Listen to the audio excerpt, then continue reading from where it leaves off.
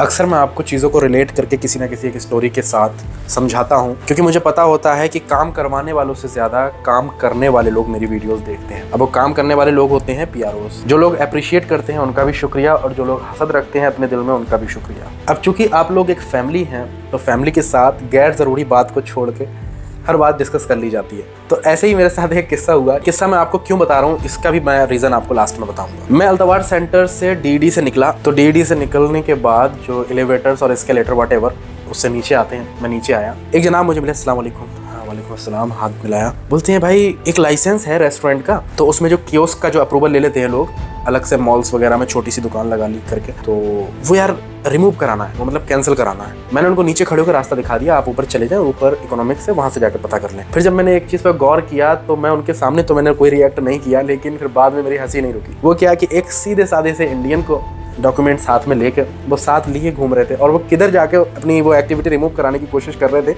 जो अल्तवार सेंटर में नीचे तहसील है, वहाँ जाकर वो काउंटर पर रिसेप्शन से मगजमारी अपनी कर रहे थे। तो मुझसे फिर वो अगेन पूछते हैं, सराज भी वो इधर से नहीं होगा? मैंने बोला भाई आप उससे पहले गूगल पे सर्च करें कि तहसील जो होता है वो किस चीज़ को रिलेट करता है, कौन से काम को रिलेट करता है, और जो DED होता है वो किस काम को रिलेट करता है, या फिर आमेर है वो किस चीज़ को रिलेट करता है। इस पर हालांकि मैंने वीडियो भी बनाई है। खैर मैंने वीडियो वगैरह का तो उनके सामने जिक्र नहीं किया, लेकिन मैंने उनको इतना बताया कि आप आने से पहले गूगल कर लिया करें, इससे आपकी इन्फॉर्मेशन में इजाफा होता है। चलें ये चीज़ क्लियर हुई। अब एट द सेम टाइम मैं बाहर निकला, और बाहर निकलने के बाद गेट से जो लोग अल्तवार सेंटर आए हुए उन्हें पता होगा, शारजा इस्लामिक बैंक की तरफ हम जब जाते हैं, मूव करते हैं, मैं जा रहा था। तो अक्सर 3-4 बजे के टाइम पे धूप तो काफ़ी तेज़ होती है, मैं जा रहा था तेज़ी से। तो एक जनाब मिलते हैं, कंदूरा पहना हुआ था और कैप लगाया हुआ था। मैं फ़ोन अपना देखते हुए जा रहा था। सलाम करते हैं, अस्सलाम वालेकुम। वालेकुम अस्सलाम। हाथ मिलाते हैं। उसके बाद इंग्लिश में वो बोलते हैं, I saw you somewhere, your name is Sajjad. मैंने बोला सिराज। ओके। तो वो थोड़ी सी मुझे लग रहे थे कि वो शायद देसी इंडियन या पाकिस्तानी, लेकिन वो जो इंग्लिश एक्सेंट अपना यूज़ कर रहे थे, तो वो सेम इमराती एक्सेंट था जो इंग्लिश में यूज़ किया जाता है। उन्होंने बोला I want to ask something. मैंने बोला जी लेट मी नो। तो बोलते हैं what is on time license. मैं दिल में थोड़ा सा मुस्कुराया, और मैंने सोचा कि यार बंदा DED के दरवाजे पर खड़े होकर मुझसे पूछ रहा है लाइसेंसेस के बारे में और बिजनेस सेटअप के बारे में। हालांकि मुझे पता था ये PRO है। तो मैंने उनसे पूछा, तो बोलते हैं नहीं मैं PRO नहीं हूँ, आई हैव 9 कंपनीज। तो मैंने बोला हाँ आप 9 कंपनीज के PRO हैं राइट?